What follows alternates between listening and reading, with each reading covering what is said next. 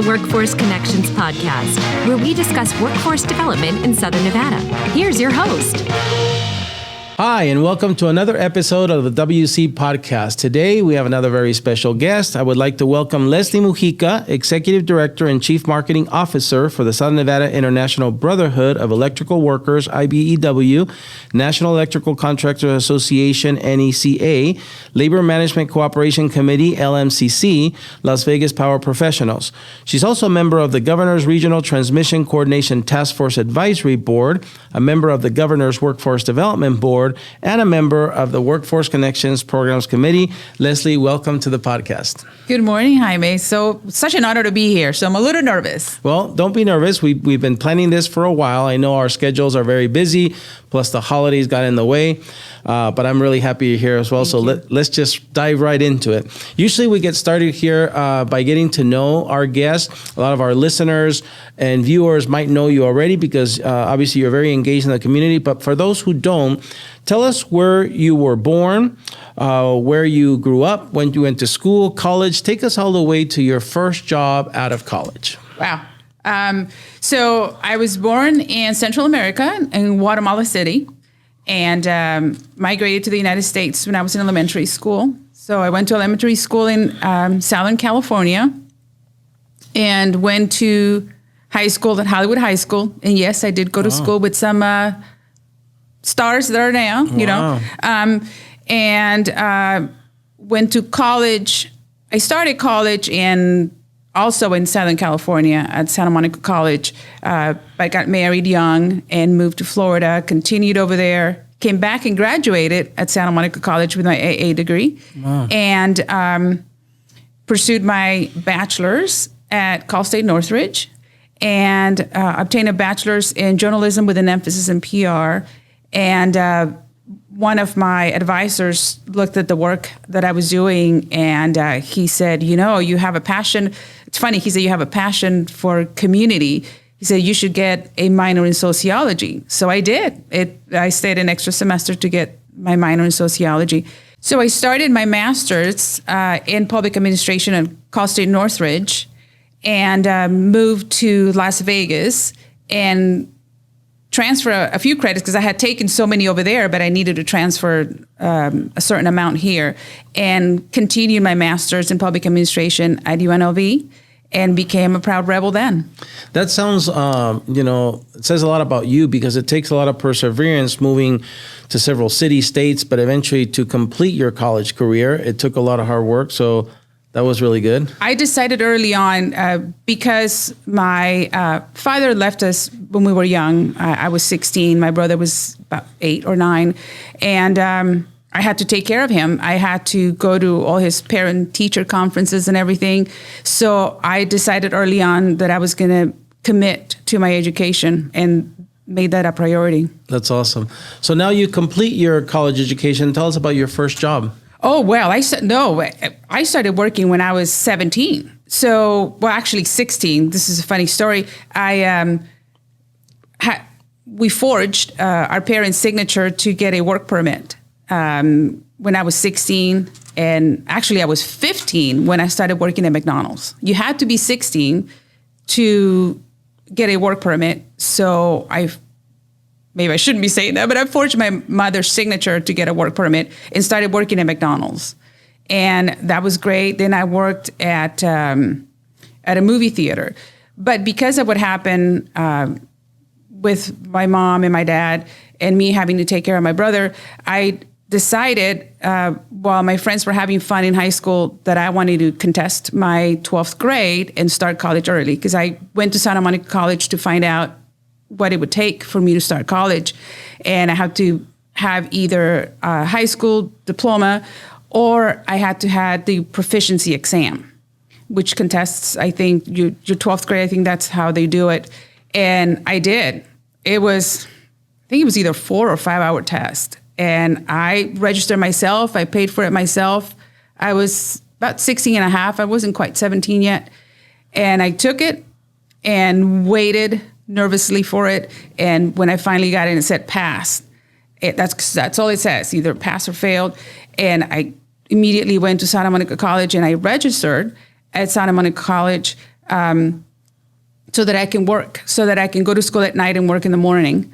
And I applied for financial aid because I was a kid, and I did. I think I got $75 of financial aid. And one semester I got it because the next semester they found out I was working and they took away my $75 scholarship, wow. Which is why I have a couple of endowments at UNLV, but I'll tell you that later. Good. Well, let's move on then from that point. You graduate from UNLV, and today you have a role as executive director. Fill us in there about that journey. What are some of the biggest milestones from going from that point to where you are now? I started working. So while I was pursuing my degree at UNLV, I started working in the construction field here in Southern Nevada when I moved out here in 2005. And I loved it. I loved the construction industry, and I worked for an owner-developer. So I was able to dab into the work with the MEP engineering firms and the construction management firms, the architects, and all that. And I love that. And so I stayed in the construction industry for many years. And after I got my degree from UNLV, since it was my passion has always been in community outreach, I came across this job for working for a union. And I started to research IBEW, and I started to research NECA, and I applied for the job. And I'm blessed that I went through rigorous interviews, because when I applied, they had already picked 3 people. So basically, I think they put the ad in January. So when I applied was in March, and I got a call back saying, "I'm sorry, we received over 200 applications. We already picked the 3 people that we're going to interview." And I said, "Well, okay, I'm so sorry." And about 2 seconds later, after I hung up with the lady that called me, I get a call from, at the time, the person that was the director of this organization. And he called me. He said, "How soon can you get here?" And I said, "I can be there today at 4:00. And he said that after reading my resume, it appeared that when the board described who they wanted for that position, that they were describing me. So that's very emotional to me, because it didn't come easy. So I was added to the 3 people that they had already picked, and I ended up getting the job. That's a great story. Now, when we met, I remember one of the first things we talked about, and by the way, earlier you said MEP. For those listeners, that stands for mechanical, electrical, plumbing. But that's typical of us who are in the industry. We use the acronyms. When we first met, one of the people we had in common is somebody I had met at Treasure Island in 1993, in my years in the hospitality, and he was your colleague back then, Roy Pross, who was in this organization. And through him, I learned about it. But I want our audience, our listeners, to know a little bit about this organization called the Southern Nevada International Brotherhood of Electrical Workers, National Electrical and Contractor Association, Labor Management Cooperation Committee, Las Vegas Power Professionals. Tell us about the mission and role of this organization, again, for those folks out there who don't know about it. Thank you. And Roy is a wonderful person, Roy Pross. He was actually one of the board members that hired me.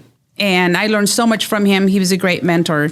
It was sad to see him retire from the board, but I know I can still count on him if I have any questions. So the Southern Nevada IBEW Local 357 and Southern Nevada National Electrical Contractors Association, which we will refer to as Las Vegas Power Professionals to make it easier. Labor Management Cooperation Committee is a partnership between labor and management. And we work to promote, advocate, to elevate the union electrical construction industry. That's awesome. And this union electrical industry is part, of course, of a broader construction industry. And here in Southern Nevada, we have proof that it's a world-class industry, because we've built a world-class infrastructure across the Strip, some of the best hotels, casinos, venues like the Sphere and T-Mobile and Allegiant. And that's all our union construction industry, of which, again, the Union Electrical is part of it. What challenges do you see the construction industry as a whole, the electrical industry specifically, facing currently and in the future? The first thing that comes to mind whenever we talk about construction as a whole is workforce development. How do we develop talent with emerging technologies? And I would tell you one of the challenges is how to make the community aware of all the wonderful opportunities out there for skills of training. For example, we have, we call it the Joint Apprenticeship Program, because that's another partnership between our labor and management for our JATC, which is our apprenticeship center. And we have the gold standard of apprenticeship programs. And it's earn while you learn, because when they come into the program, this is paid for by the blood, sweat, and tears of the workers and the commitment of our union contractors. Yeah, and like you said, multi-million-dollar state-of-the-art training facilities. And as you said earlier, I think our job is to make sure that more young people know that it's there and that it's a viable, more than viable, a wonderful career opportunity. And we're going to dive that into that next, because you become an apprentice to become a journeyman one day. But I want you to tell us, from your perspective, why do that? Why are union jobs good jobs? Why should young people think, I'd love to be an apprenticeship one day and earn as I learn? But there's other benefits as well. Tell us about that. What makes union jobs good jobs? Well, I think some people forget, or we all need to remember, why unions were created. We go back to the days of Dale Carnegie and the Vanderbilts, when, workers were working 16-hour days. There were fatalities on the job site. There was no safety protocols. And that's why unions were created, to protect the workers, to protect the rights of the workers. So, there's a little fun fact that says, thank a union if you work 8-hour days, thank a union. If you have a lunch hour, thank a union. But in addition to that is the benefits that come with working for a union is retiring with dignity is one of them. You have a retirement plan after putting so much work in, and healthcare is second to none. It's the best healthcare. And you've got one of the things that I admire the most about working for IBEW and NECA, the National Electrical Contractors Association, is their commitment to safety. There's so many training programs and in conferences and conventions and seminars to talk about emerging technologies, staying ahead of innovation and safety. Safety is paramount. Yeah, that's very good. Now, on behalf of the union electrical industry, it's really, I think, good thing that this position that you hold was created to, on their behalf, be engaged with the community, engage with organizations like ours, with the governor's committees, and again, as you said, elevate the industry. This means that you're actively involved in multiple boards and community activities. So tell us about some of those, maybe some examples. Well, I was appointed to the Clark County Planning Commissioner by Commissioner Justin Jones, and it was an honor. And I felt like it was my civic duty to give back to the community. And one of my early stories with that, and it makes me so proud of all the work we do, how much we care in Southern Nevada for our residents. I met with a firm that was that is helping a developer build a shopping center. I'll leave it at that. And when I saw the plans that were going to come in front of the Planning Commission, and when I saw the plans, it was a highly traffic street.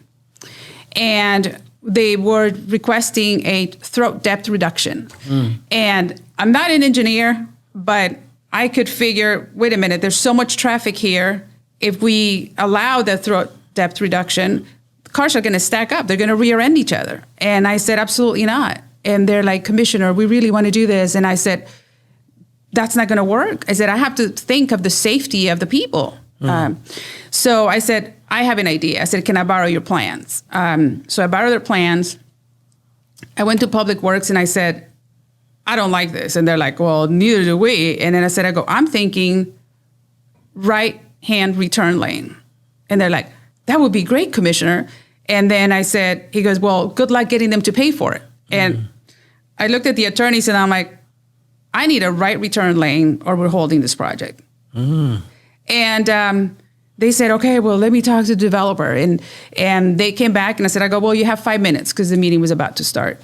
And long story short, we got the right return lane, That's awesome. And it was funny because then they gave me a tour of this project later and they're like, oh, look, and there's the Commissioner Mujica right return lane. We should name it. They said, anyways. So I thought it was kind of funny. That's great. And your other peer commissioners, do they have to vote on it too? Yeah, they have to vote on it too. All right. And you have to, of course, probably, they rely on you to educate them about the issue and advocate again for what's right, what's wrong, to support the idea before the vote. Yeah, and that is the thing, our mottos, it's not written anywhere, but what we talk about is it the best use for the land? That's what it comes down to. Yeah. We do have, it is heartbreaking because you can't please anyone. You can't please everyone. Yep. And we have some times the residents are unhappy because they don't want something built, but again, is it the best use for the land? In the end, is it going to benefit them eventually? And it does. I think that's a good motto. We've had here, the president of UNLV, Keith Whitfield, my good friend. My daughter is a graduate of their physical therapy school. And, and I've been a Running Rebel fan for a long, long time. The next question has to do with UNLV because you were recognized as the Graduate College Alumna of the Year there at UNLV. Tell us what this great honor means to you. It was incredible. It's beyond being honored. I would say I'm not worthy, but I was nominated, and because of my involvement, not just with UNLV, but my involvement in the community, I felt like UNLV embraced me from the beginning, and we have so many great things happening at UNLV. Like, for example, Haley's Hand. Sometimes you ask people, do you know about Haley's Hand? And they're like, look at you like deer in the headlights. And I go, well, the little girl that pitched at the World Series. They're like, oh yeah, she goes, the hand, the mechanical hand, that was created at 4500 Maryland Parkway. That was our 3D engineers that created that. And we're doing a lot of great work with Alzheimer's research. So there's so many wonderful things happening at UNLV. We became Tier 1 school. So yeah, I'm a proud rebel. That's awesome. Now tell us a little bit about your life outside work, because we've concentrated so far mostly on that. What hobbies, activities do you enjoy in your spare time? Well, that's a trick question because I don't think I have any spare time. And well, let me put it this way.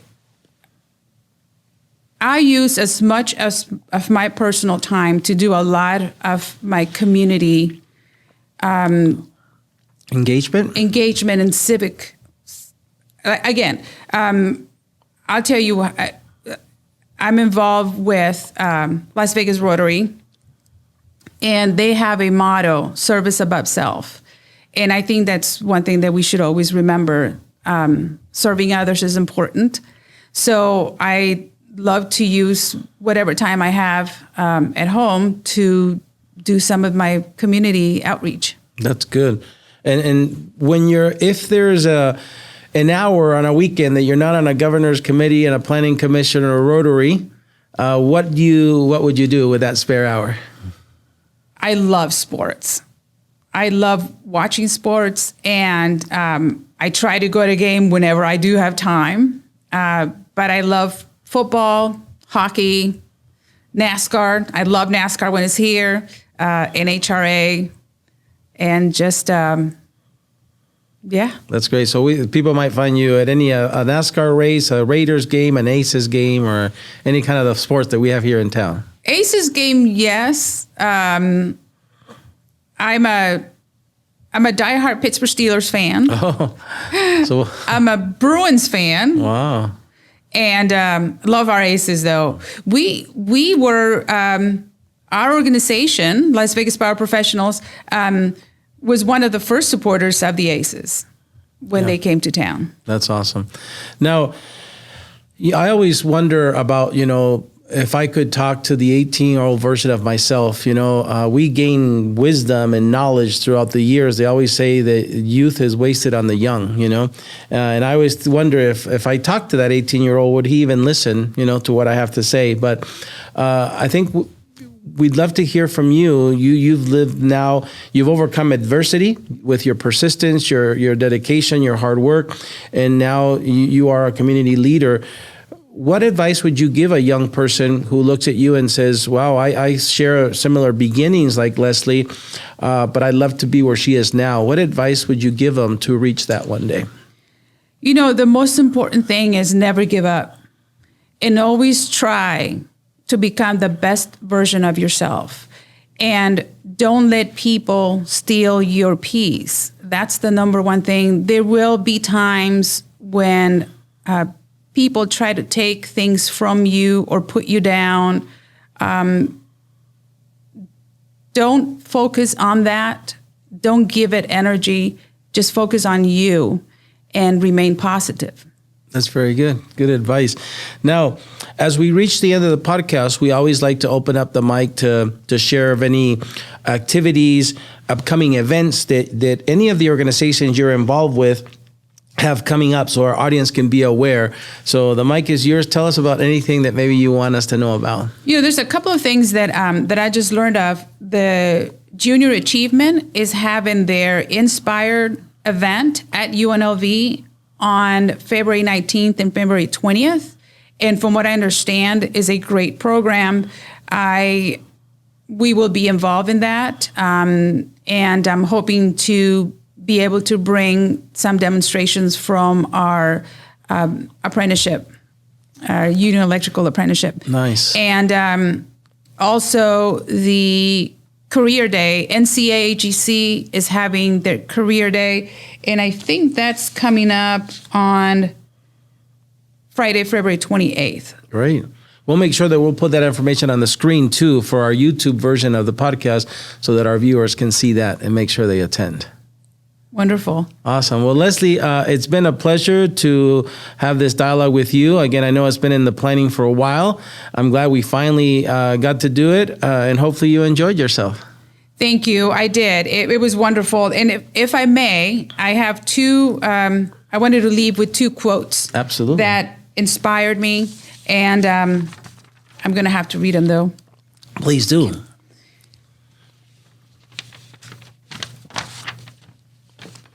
So one of the first things is, I know you asked me why I'm so passionate about the community. And I tell you, this is the first quote. I am blessed with the passion to give because I want to leave a legacy. I believe it was Muhammad Ali that said, and maybe I'm wrong about that, but it's service is the rent that we pay for the time that we are on earth. And it's something to that effect. I would love to look that up to be more exact. But this is two of my favorites. Eleanor Roosevelt said, "Success must include two things: the development of an individual to his utmost potential and a contribution of some kind to the world. And the next one is by Maya Angelou. My mission in life is not merely to survive, but to thrive, and to do so with some passion, some compassion, some humor, and some style. Wow, those are all wonderful. Thank you. A great way to finish the podcast. Thank you for being here. Thank you, Jaime. Again, it's an honor to be here. Awesome. Well, that's it for another episode of the WC Podcast. We hope to see you at a future one. Until then, stay safe.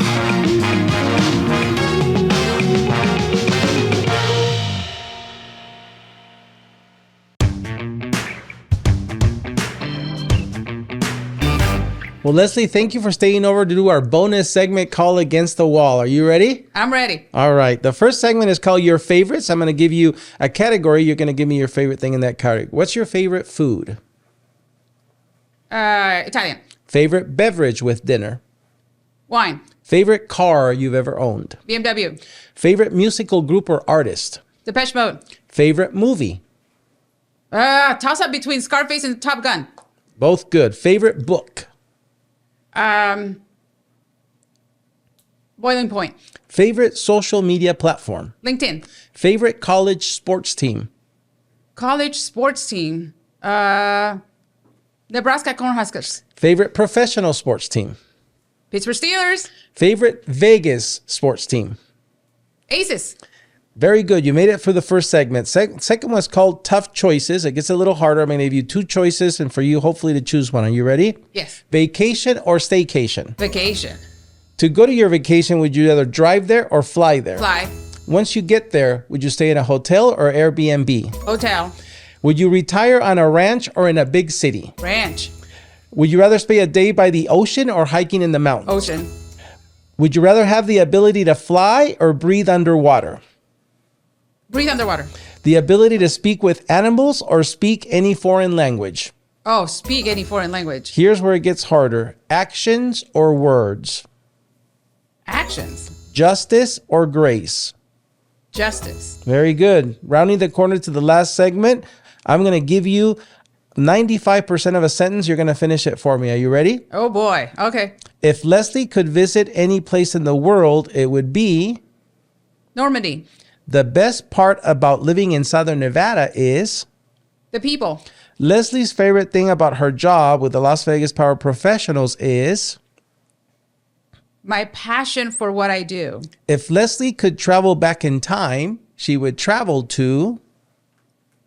1984. 3 words that describe Leslie are... Compassionate, driven, and, oh boy, perseverance. Doing the WC podcast today here with us was... The most amazing experience ever. Well, thank you for staying over doing the bonus segment and for coming today, Leslie.